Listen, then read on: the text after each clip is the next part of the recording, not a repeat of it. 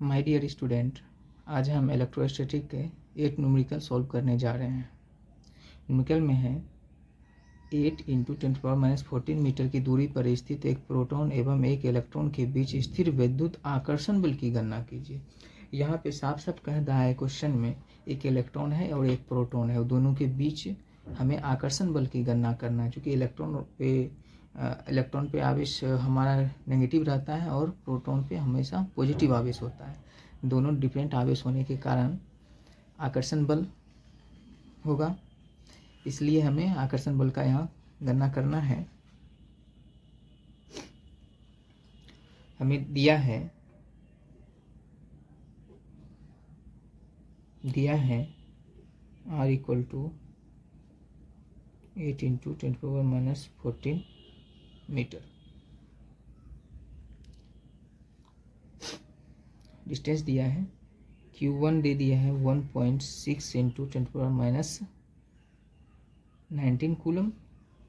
Q2 दिया हुआ है -1.6 × 10⁻19 कूलम। और हमें force equal to question mark है, इसी को हमको निकालना है।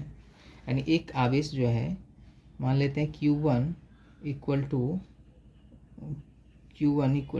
1.6 × 10⁻19 कूलम। Q1 यहाँ पे है, दोनों के बीच का डिस्टेंस, और हमारा Q2 यहाँ है, Q2 पे है 1.6 × 10⁻19 कूलम आवेश। ये दोनों के बीच का डिस्टेंस है 8 × 10⁻14 मीटर। अब कूलम के नियम से हम जानते हैं, कूलम के नियम से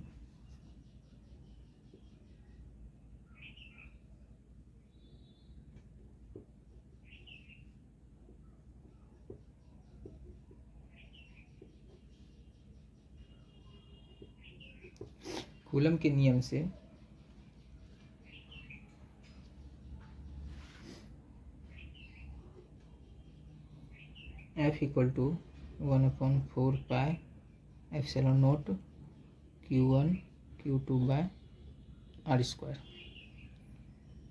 1/4πε का वैल्यू हम जानते हैं 9×10⁻9 होता है, इंटू Q1 का वैल्यू पता है 1.6 × 10⁻19 कूलम होता है, और हमें Q2 का भी वैल्यू पता है -1.6 × 10⁻19 कूलम होता है।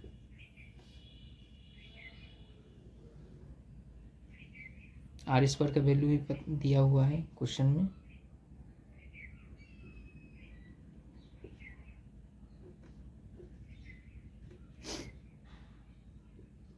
अब इसे हम सेपरेट करेंगे, 9 × 10⁻9 लिख सकते हैं। 1.6 × 1.6 को 2.56 × 10⁻19 × 10⁻19 हो जाएगा 10⁻38।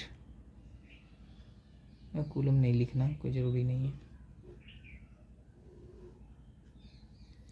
ये हो जाएगा 64 × 10⁻28।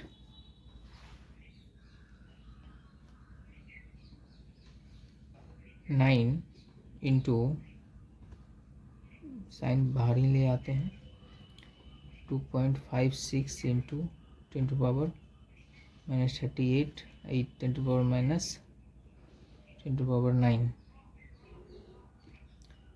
64 × 10⁻28। इसको जब हम कैलकुलेट करेंगे तो ये हमें प्राप्त होगा 23.04 इंटू 64। यहाँ पर हम लिख सकते हैं, ये दोनों घट जाएगा,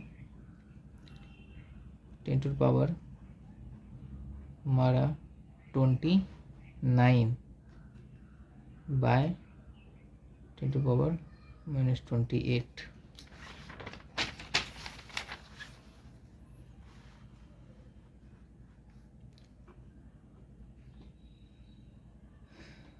और डिवाइड करने के बाद 23.04 डिवाइड बाय 64 करने पे 0.36 प्राप्त होगा।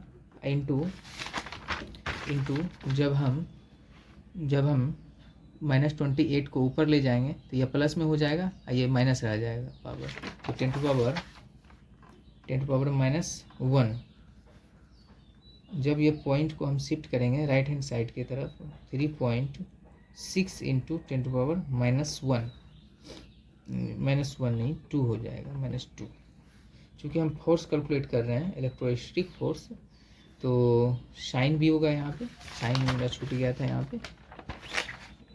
पे साइन होगा। और ये साइन रिप्रेजेंट करता है कि यह जो हमारा फोर्स है यह हमारा आकर्षण फोर्स है, यानी अट्रैक्टिव नेचर का फोर्स है। यही हमें ज्ञात करना था। धन्यवाद।